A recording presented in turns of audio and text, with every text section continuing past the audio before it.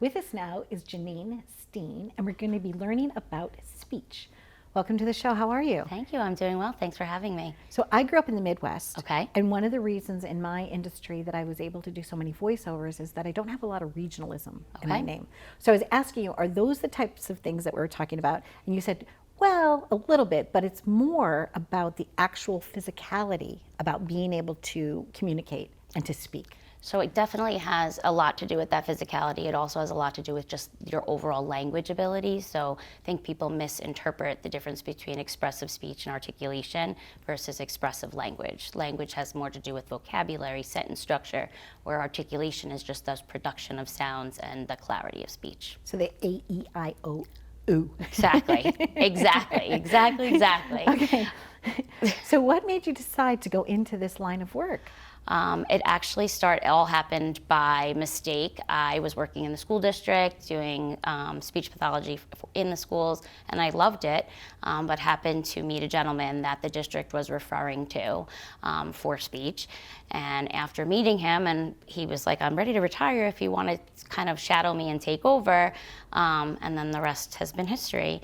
So it was definitely an amazing opportunity for something that I never thought would have happened. So speech pathology, how do you go to school for something like that? And what is required? So for speech, to be a speech pathologist, you have to do your undergraduate degree. Most of the time it's in speech. If you don't do it in speech, then often prior to grad school, there's a plethora of courses you have to take in terms of preliminary. Once you finish, you would need to go for a 2 years master's, and then 1 year clinical fellowship where you're shadowed and followed by a seasoned clinician. Now, you're not just a private practitioner. You actually run centers. Correct. Yes. So we have at the present. So congratulations. Thanks. Because that's pretty amazing. If you're going to do one thing and then you're like, well, it started this way, but now it's grown. Absolutely. So you have people that work for you helping.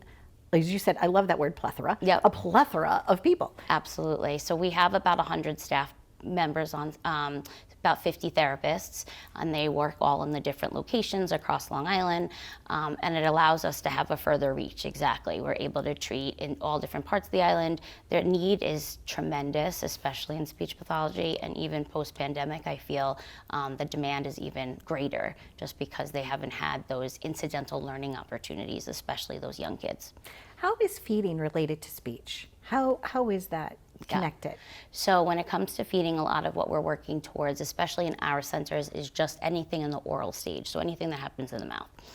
If it goes beyond that oral stage and more into the oral pharyngeal and the pharyngeal stage, oftentimes we'll refer that to more of a medically based facility, especially if the patient is at risk for choking and aspiration.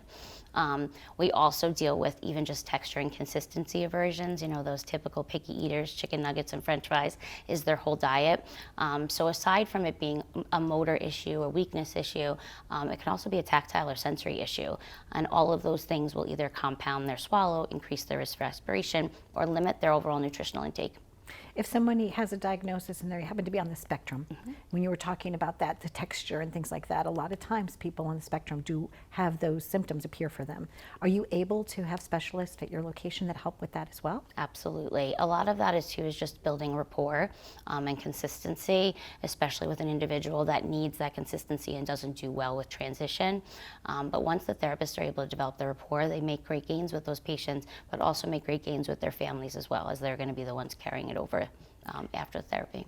In order for insurance to cover something like that, speech therapy, what's a good first step for a family? What happens first in the process? Absolutely. I think the one mistake parents make is they call their insurance company and ask if benefits are covered, and they're immediately turned down or told that the benefits aren't covered because it needs to fall into certain parameters.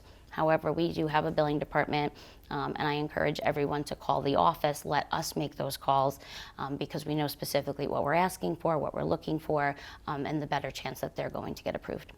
What's a remarkable story? What's something that just touches your heart? And I didn't even ask you this ahead of time, so I'm kind of putting you on the spot here. And I'm sure you've got lots of stories, but is there something that when you go to bed at night, you're like, wow, this person was nonverbal, or this person really had a difficult time, Yep. and then you were able to see success for them?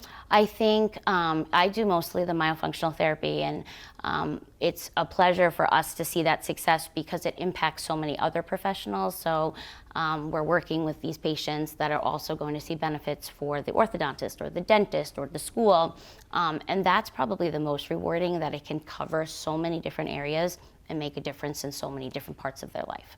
And what is myofascial release? Is it a massaging technique? Like, what are you actually doing for the structure of someone's face to help their speech? So it's actually called myofunctional therapy. Okay. Myofunctional therapy is working on the development, or I should say eliminating a tongue thrust. So we're all born with tongue thrusts. It's when that food comes all over your mouth and your tongue's spitting out and you have you're wearing more than actually you're digesting. So that's what a tongue thrust is. Okay. A tongue thrust can affect different areas. It can cause TMJ. It can impact your sleeping and have some sleep apnea type benefits in terms of therapy, articulation, and then the overall bite and palate. So we're really working collaboratively with the orthodontist and oral surgeon with looking at the lingual frenum, the orthodontist, the ENT. It's definitely a more interdisciplinary approach and more medically driven than where an academic setting would not get into all of that outreach. Okay. And especially you had mentioned, I believe you said palate, like sometimes the roof of someone's mouth is just a little too high or has an interesting arch, and therefore the tongue can't reach where it's supposed to for certain letters. Absolutely. So is there like an adaptive piece of equipment that somebody can wear, or a bridge, or? Absolutely. That's an amazing question. Okay. So your palate and your tongue should fit together like a puzzle piece. Okay. If you're a tongue thruster, your palate is malleable, so it can move up until you're done growing. So if you're a tongue thruster and you're pushing your tongue forward, it's actually pushing against the palate, making it higher and narrower. But the top of your mouth is the bottom of your nose. So the higher that gets, the less room you have for breathing and airway issues because it's impacting your nasal cavity as well. Janine, thank you for that, because it's, I love what I do for a living because of just this moment. Yep. I love learning. I love finding out things, because the more you know, the more you can help others. 100%. And there's just education is we have to be always on top of it. There's never too much that you can learn. There's never too many courses you can take. As long as it impacts your patients and makes a positive difference, then that's what you want to do. And so tell me about that positive difference, the one that it's just one of the stories. I'm sure you have a lot. Absolutely. We have a patient even presently who had a significant injury when she essentially drowned in the bathtub. Okay. And at that point, her family has been so committed, and of course they expected nothing.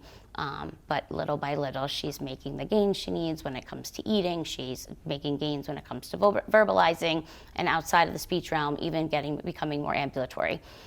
Those are definitely the cases, especially when you see that joy on the parent's face and that emotion that it warms your heart. You want to do everything and anything you can to help.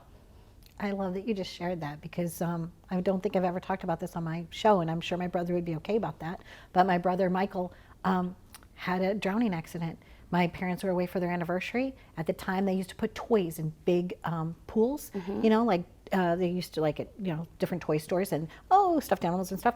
Michael climbed the ladder of the pool, but it was water in the pool, fell in, was at the bottom of the pool. Our neighbor, Don Fannin, had to come and rescue him. But because of that, Michael had speech difficulties. And then, but now he's fine. He's a grown man and he can speak fine and everything's wonderful. But just when you said that, I have a soulful connection to you on that exact point. So thank you so much for joining us. Oh my God, it was my pleasure. Thank you for having me. And so they can go to your website, they can call your centers, and Correct. somebody will be there to answer their questions on how to get started. Always, all day, every Thank day you. till usually 9 p.m. I appreciate that so much. Thank you.